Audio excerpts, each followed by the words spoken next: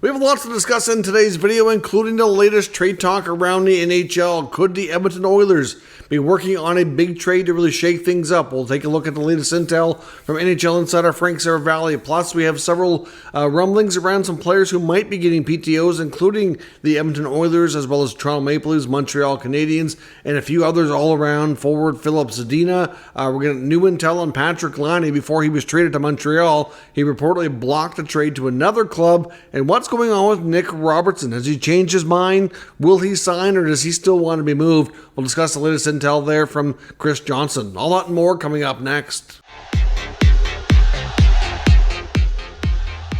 So welcome back to another video here at Top Shelf Hockey. As I mentioned, we have lots to talk about here today. Let's first start with some news on some PTOs. Now, none of this is confirmed. This is all speculation at this point, but there's still some interesting players out there that don't have a place to call home yet, or a place that they're going to be going to for camp on a PTO. Start first with Philip Zadina, the former Detroit Red Wing and San Jose Shark, who has struggled in his young NHL career. Obviously, he bet on himself, and he gave up a lot of money to leave Detroit and go to San Jose, and it didn't really work out. I mean, he mutually agreed to terminate that Red Wings contract and left a fair bit of money on the table. Went to San Jose, got signed, and now he's let go.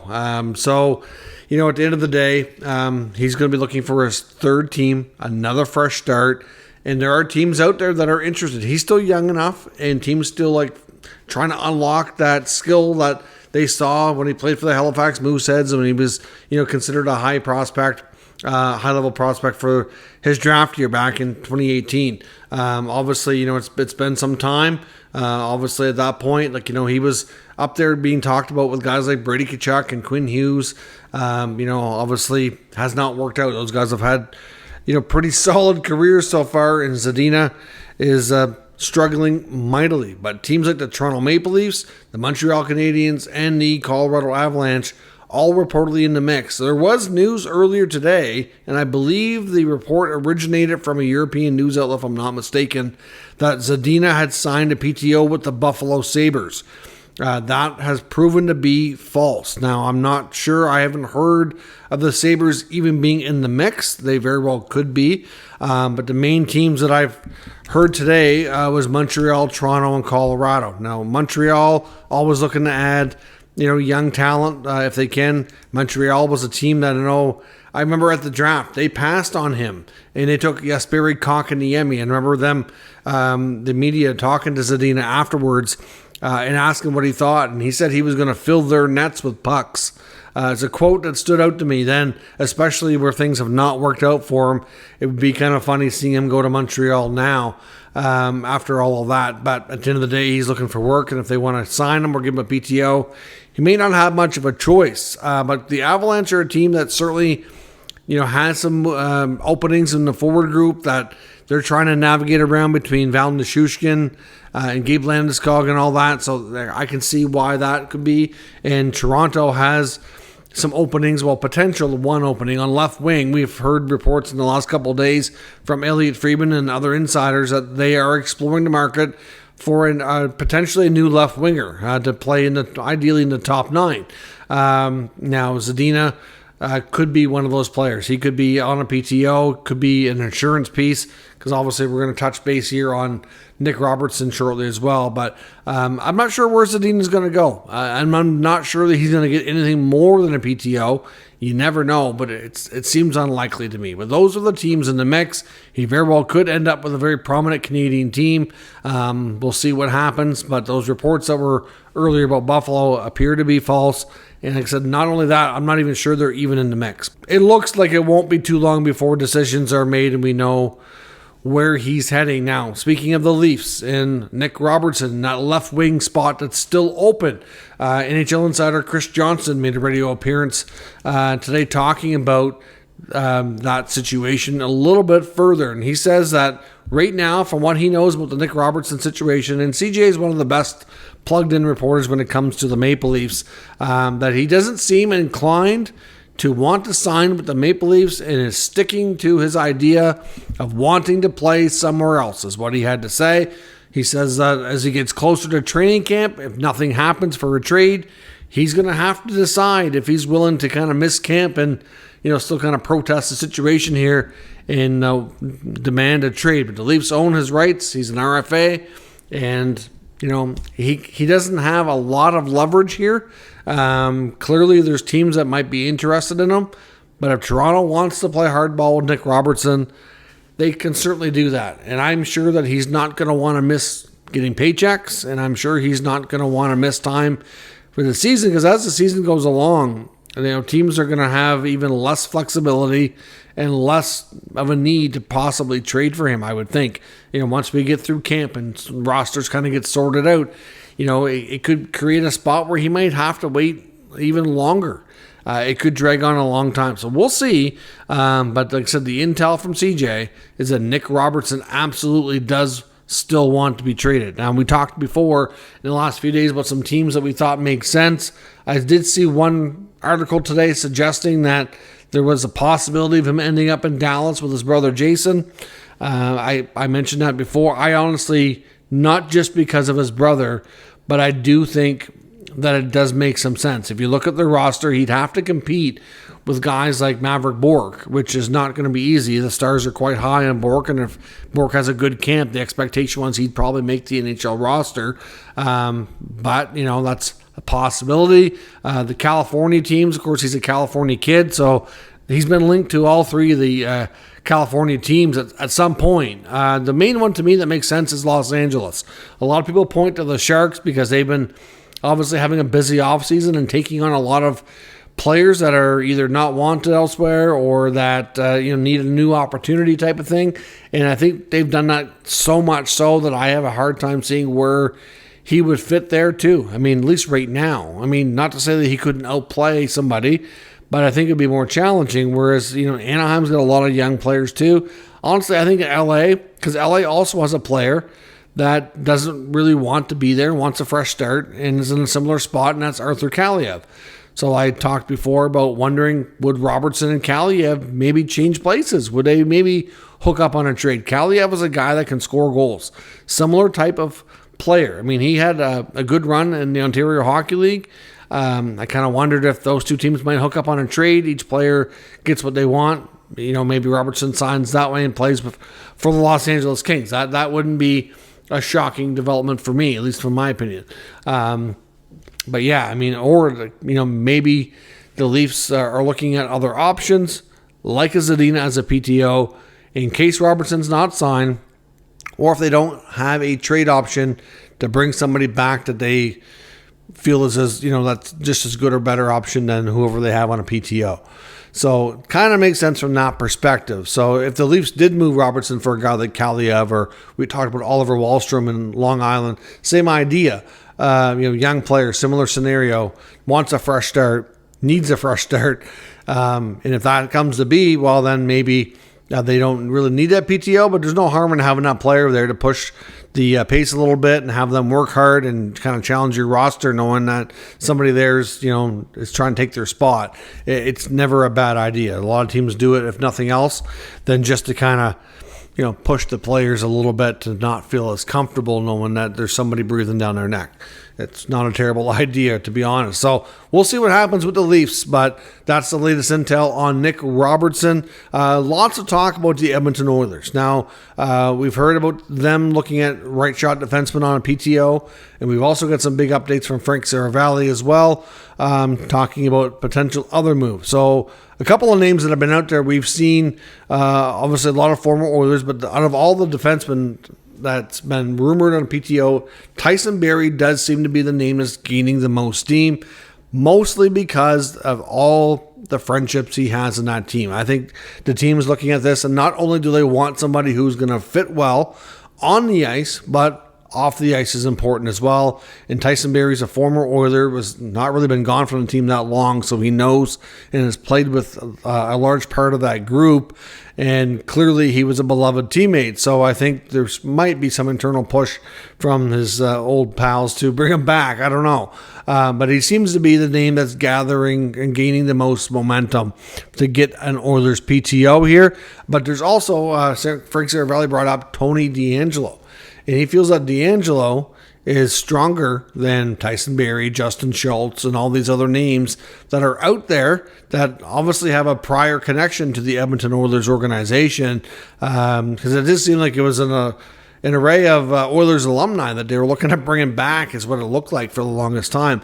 But Tony DeAngelo, there was some rumors of him going to the KHL. That has not happened as of yet. So he's still seeking NHL opportunities, and he has put up more offense and put up more points than a lot of these other guys here in the last number of years. Now, we know the Oilers are not afraid, not shy at all to bring in a controversial player. Now, Tony DeAngelo, lately, he hasn't really had any issues. There's been no stories out there in the media or that's been reported during his time, last few years playing for Carolina or even in Philly. Things didn't work out in Philly, but that was just because of the stylistic fit. I just don't think that the team liked how he played, and the coaching staff there just didn't work out. It had nothing to do with any of his prior antics that have gotten him in trouble in the past. So I think he's been on good behavior that way for an extended time. But we know, like, looking at all these players that the Oilers have had, come into the organization, whether it be Evander Kane, Corey Perry, like, they've had their off-ice issues, we've gotten themselves in trouble. They are not afraid to bring that personality, that kind of person into the room. They know how they can integrate them, and how the leadership team there can kind of make sure it's not a problem. So I don't think there would be any issue bringing Tony in from that perspective, because it's definitely very Oilers-esque to do that type of thing. But I think internally, the teammates, the players, would probably want Tyson Barrie, but that's just that. Now, they may not even go the route of a PTO, according to NHL insider Frank Saravalli. He says that he believes, based on what he's heard, that the Oilers are also considering other options, and they're looking at all things, and that there's a possibility that we could see a fairly substantial trade that would really shake things up.